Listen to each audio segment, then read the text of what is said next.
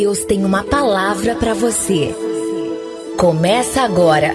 Sementes, plantando a palavra.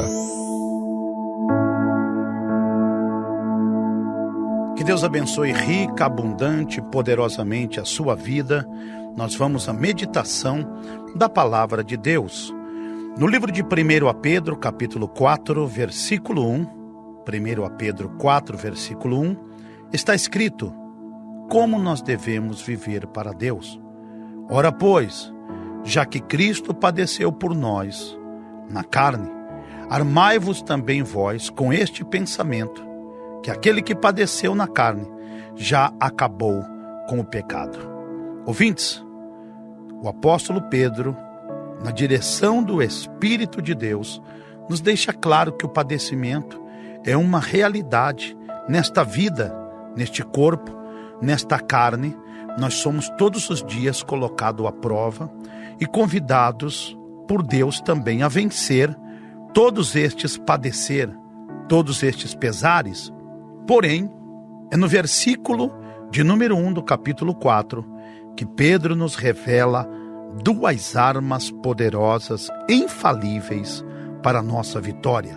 Primeiro, ele fala de uma arma que está em Cristo Jesus, aquele que padeceu na carne.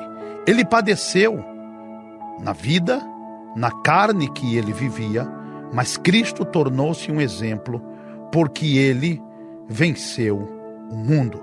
Quando a Bíblia diz no livro de São João, capítulo 16, versículo 31, Cristo é o vitorioso. No grande combate contra o mundo, ele venceu. Cristo, ele venceu a morte que mata o corpo. No livro de Atos dos Apóstolos, 13:30, Jesus é o vitorioso contra a morte. Ele não pôde ser detido por ela. Mas a Bíblia diz que Cristo, ele também venceu todo o pecado. Hebreus 4:15. Mesmo sendo tentado, ele foi vitorioso contra todo o pecado.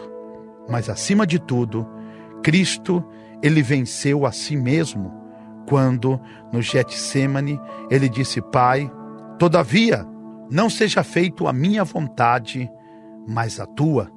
Ele estava estabelecendo a vitória do Pai sobre a sua própria vida, o Filho.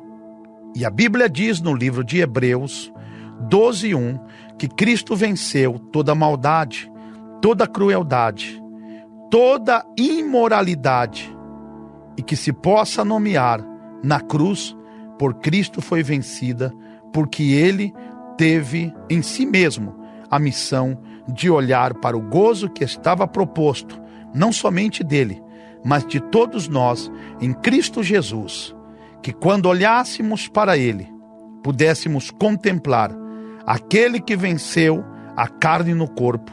Livro de Pedro, capítulo 4, versículo 1. Ora, esta é a arma poderosa, infalível, o Evangelho, a revelação que toma o nosso coração e que nos ensina como ordenar os nossos pensamentos.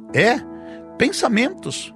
A nossa segunda arma mais poderosa em todos os sentidos. As nossas atitudes é fruto dos pensamentos, as nossas palavras são fruto dos nossos pensamentos. Todos os resultados que estamos vendo, respirando e também deles se alimentando é fruto dos nossos pensamentos. Já dizia um dos sábios históricos: penso e por isso existo. Quando você começa a entender o poder e a arma poderosa que são os teus pensamentos em Cristo, você já não vai mais temer o padecimento, o sofrimento, o que está por vir, o presente, o futuro. Quantas pessoas sofrendo, padecendo na mente, no corpo, no espírito, porque não entenderam que eles foram escolhidos em Cristo Jesus para vencer. Não há como você temer o que está para vir. Não há como você se debilitar diante das propostas da vida. Nós não podemos pensar de uma maneira vulnerável, subalterna, negativa, quando nós temos a palavra de Deus como um antídoto contra o medo. A palavra de Deus como a força absoluta para nos capacitar, para triunfar contra toda debilidade em Cristo Jesus. Você não está vulnerável. O teu sofrimento não pode te debilitar. Ele te capacita em Deus para triunfar. O padecimento, ele não pode te desarmar. Ele te fortalece em Deus para vencer tudo aquilo que já aconteceu ou que pode vir a acontecer em sua vida. Então use corretamente os seus pensamentos. Deixe Deus alinhar os seus pensamentos pela palavra dele. Deixe de pensar condicionado por pensamentos de pessoas que querem te condicionar. Deixe de pensar simplesmente na derrota, no negativo, no mal. Tire dos seus pensamentos aquilo que está te enfermando e pense naquilo que está proposto por Deus na sua vida e você estará triunfando. Duas armas eficazes e poderosas.